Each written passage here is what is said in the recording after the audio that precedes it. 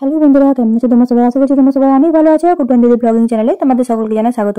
আচ্ছা, যদি আমি তোমাদেরকে বলি একদম কম খরচের মধ্যে এবং কম সময়ের মধ্যে তোমরা বাড়িতে তৈরি করে নিতে পারবে ভেজ চপ বা ভেজিটেবল চপ, তাহলে কিরকম হয় বলো? তো চলো আজকে এই ভেজিটেবল চপ বা ভেজ চপ কিভাবে তৈরি করব, তা আবার একদম কম খরচের মধ্যে এবং কম সময়ের মধ্যে, সেটাও আমি তোমাদেরকে আজকে শেখাবো। তো চলো শুরু করে নিই।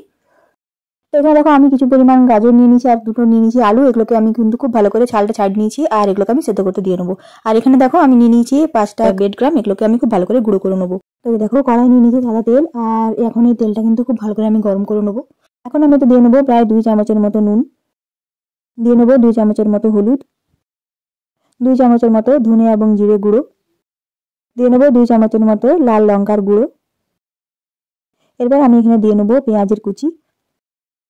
এরপর এখানে মিশিয়ে নেবো 1 চামচের মতো আদা বাটা এবং কিছুটা পরিমাণ রসুন বাটা। এরপর এই সবকটা উপকরণকে আমি কিন্তু খুব ভালো করে ভেজে নেব।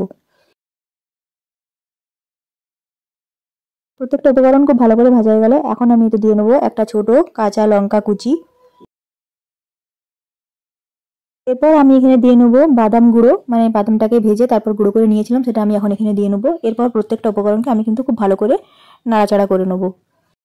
এখন দেখো আমি এখানে দিয়ে নিয়েছি সেদ্ধ করে রাখা গাজর। এরপর এখানে মিশিয়ে নেবো সেদ্ধ করে রাখা আলু।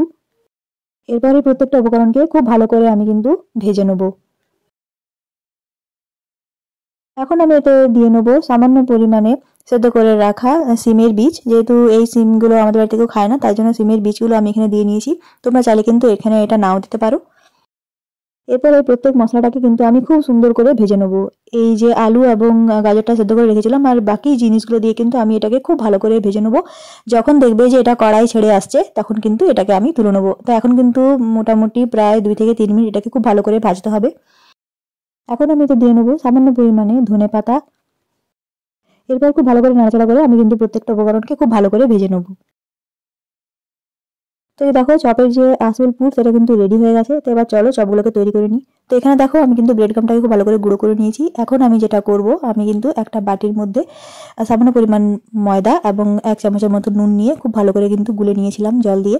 এরপর দেখো একটা চপকে এভাবে নিয়ে আমি কিন্তু হাতের সাহায্যেই এরকম করে একটা লম্বা ছোট কোল বালিশের মতো করে নিয়েছি। এরপর ময়দার যে গোলাটা আমি তৈরি করেছিলাম, এই ময়দার গোলার মধ্যে আমি কিন্তু এটাকে খুব ভালো করে এখানে ডুবিয়ে নেবো, মানে খুব ভালো করে এটাকে আমি কিন্তু কোট করে নেবো। এরপর এই যে ছোট ছোট বালিশগুলো, এগুলোকে কিন্তু এখন আমি এই যে ব্রেড ক্রামের মধ্যে হামাগুড়ি দেওয়া করাবো। তো এই বালিশটাকে দেখো আমি কিন্তু খুব সুন্দর করে হামাগুড়ি দেওয়া করে নিয়েছি। এরপর আমি যেটা করবো, প্লেটে কিন্তু সাজিয়ে রেখে নেবো। আর এইভাবেই কিন্তু আমি প্রত্যেকটা চপকে খুব সুন্দর করে তৈরি করে নেবো। তো এখানে দেখো প্রায় 6টা চপ এখানে তৈরি হয়ে গেছে। তো এবার চলো সাদা তেলে এগুলোকে তাড়াতাড়ি করে ভেজে নিই। তো ব্যাপারটা হলো যে এই চপগুলো তৈরি করার পর কিন্তু কিছুক্ষণ রাখতে হবে, মানে প্রায় 30 সেকেন্ড থেকে 60 সেকেন্ড বা 1 মিনিটের মতো কিন্তু এগুলোকে রাখতে হবে খোলা হাওয়াতে। সঙ্গে সঙ্গে কিন্তু ভাজা চলবে না, ভাজলে কিন্তু এই যে কোটটা যেটা দিয়েছি সেটা খুলে যেতে পারে আর চপগুলো কিন্তু খেতে অতটা ভালো হবে না। এখন দেখো আমি এখানে নিয়ে নিয়েছি সাদা তেল, আর সাদা তেলের মধ্যে প্রত্যেকটা চপকেই খুব ভালো করে দিয়ে নেবো। এরপর খুব ভালো করে উলট পালট করে লাল লাল করে ভেজে নেবো।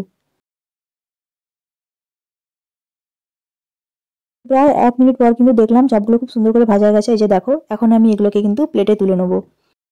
এখানে দেখো আমি নিয়ে নিয়েছি প্লেট, আর প্লেটের সাথে আমি নিয়ে নিয়েছি ধনেপাতা এবং সস, টমেটো সস। আর এই প্লেটের মধ্যে আমি এখন প্রত্যেকটা চপকে খুব সুন্দর করে সাজিয়ে নেবো। তো এরপর দেখো এই চপগুলোকে যাতে ঠান্ডা না লাগে, তার জন্য আমি এখানে দিয়ে নিয়েছি একটা করে শসার চাদর। আর এই শসার চাদরগুলোকে আমি এর উপরে খুব সুন্দর করে দিয়ে নিচ্ছি, যাতে দেখতে সুন্দর লাগে আর এই চপগুলোকে যাতে ঠান্ডা না লাগে, তাই জন্য। বিকেলে চায়ের সাথে শীতের দিনে এরকম টাইপের চপ কিন্তু একদম বিকেলটা জমে যাবে, তাই না বলো?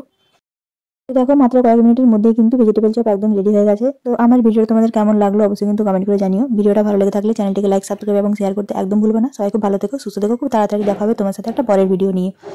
ভিডিওটা ভালো লেগে থাকলে সেটাও কিন্তু জানিও। যদি ভিডিওটা ভালো না লাগে তাও কিন্তু অবশ্যই আমাকে কমেন্ট করে জানিও। আর তোমরা কিন্তু বাড়িতে একবার এটা অবশ্যই ট্রাই করবে। ভিডিওটা শেষ পর্যন্ত দেখার জন্য তোমাদের সকলকে অসংখ্য রকম ধন্যবাদ। খুব ভালো থেকো, সুস্থ থেকো।